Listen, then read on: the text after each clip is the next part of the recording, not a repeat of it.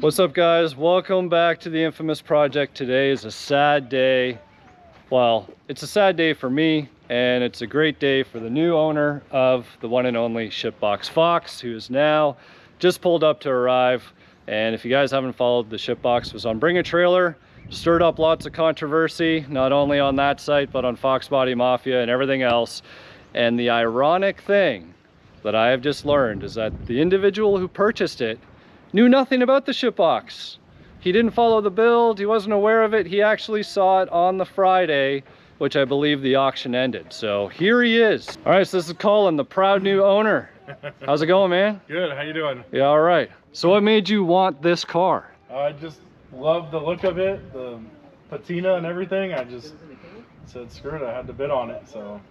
And it was the last day of the auction. So like that last, it wasn't like you were waiting to the last minute. You were just like, I literally found the car, I'm putting my bid in. Yeah, exactly, yeah. I saw it on Friday and I was like, well, I'm gonna bid on it to see what happens.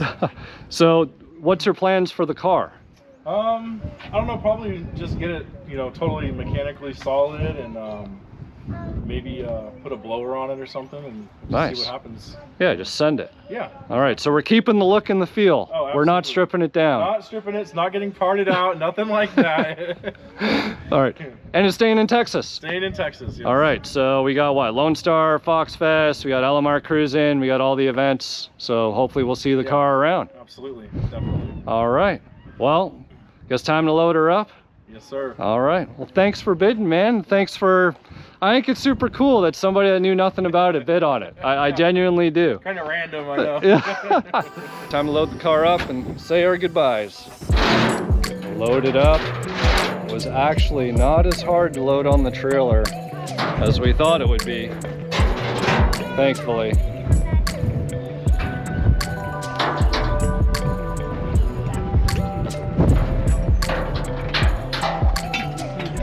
So typically we don't recommend going through the wheels, but the Shipbox doesn't allow for adequate clearance. So for anybody that doesn't know, the Carter's custom spear valance really makes it challenging in the back. And then the valance in the front. Like there's no way you're getting a strap and getting clearance off this right here. So going through the wheels.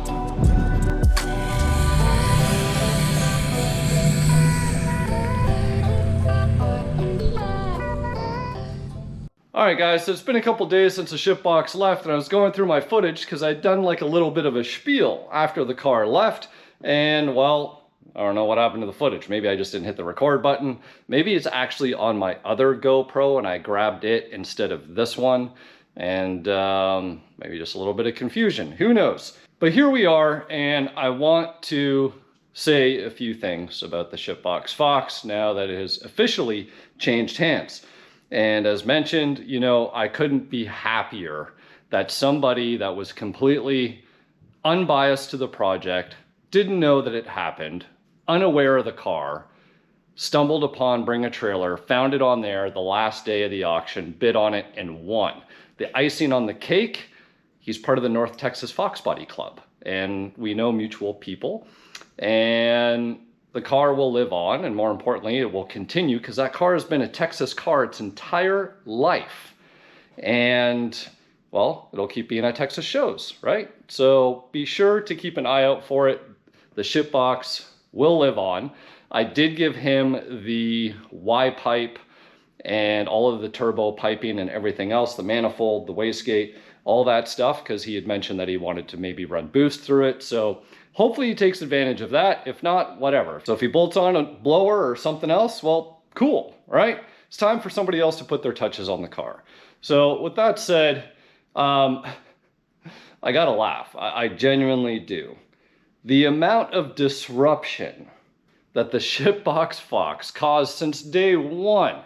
I know a lot of people are talking recently about the comments that were posted on Bring a Trailer, the comments that were posted in Foxbody Mafia, and God knows where else comments of the Shipbox have been posted. And a lot of negative stuff.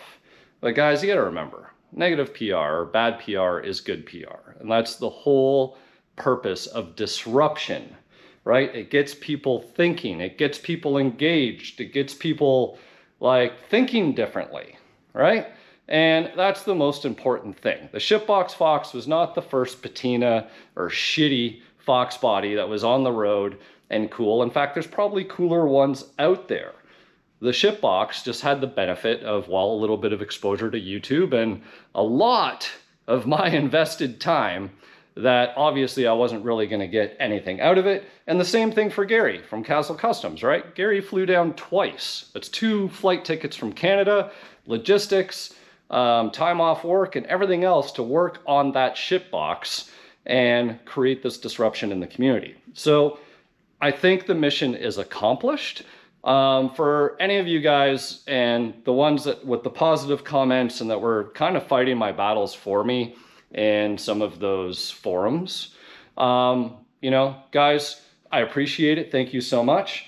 But at the same time, don't let it stress you guys out either. I know a couple of you guys reached out to me personally and are like, oh man, I can't believe so-and-so said that. And why are they don't comprehend stuff. And guys, human nature, right? I have a video specifically on keyboard warriors, more focused at Facebook Marketplace, but the reality is people just behave that way. And as sad as it might be, like I said, if you change one person's mind or their opinion or make them think differently or whatever it is, then the job is done, right? So, you know, I guess maybe having worked in a lot of education settings back in the day, I can see the value in making the change in just one person has that fulfillment and the benefit of whatever the project is that you did or that you worked on or whatever it might be. So that is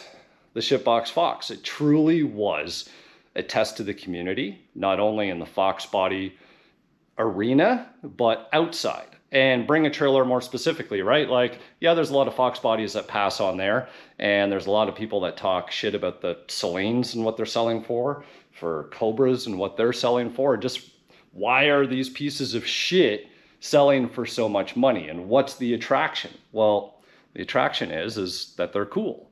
They're trending. There was millions of them made. Millions of people own them in their high school glory days. And, you know, whether it was like a late boomer or someone of my generation or even later, the appeal is there, right? Because maybe it's like, oh, I want the car that my dad had. Or I remember like Lou Harris, he was conceived in a Fox body, right? Gary's kids were probably conceived in his Fox body. So needless to say, Fox bodies have disrupted the automotive community at large. No one would have thought that a Fox body that is only, right, 20, 30 years old, yeah, pushing the 30 year and plus boundary in reality now, that they would fetch classic car money. Like you can buy a 60s Mustang sometimes cheaper than you can a Fox body at this point in time. And who would have thought, right? So that's where I'm gonna leave this video. I could go on and talk about more of what the Shipbox did, what it didn't do, the value it added, the frustrations and everything else that it did. But overall, such a positive and amazing project. And I'm glad for all of the people that said, save that rust. Well, it wasn't even a rusty car. Save that pile of shit that was supposed to be a flower planter out in Dripping Springs, Texas, sitting out with the prickly pear and the mesquite trees and limestone and everything else, literally probably with rattlesnakes. Well, there were mice in the car. We found that the day that I picked it up. So thank you guys, everyone who contributed to the project. Sincerely, guys, without you, that car wouldn't have become what it did.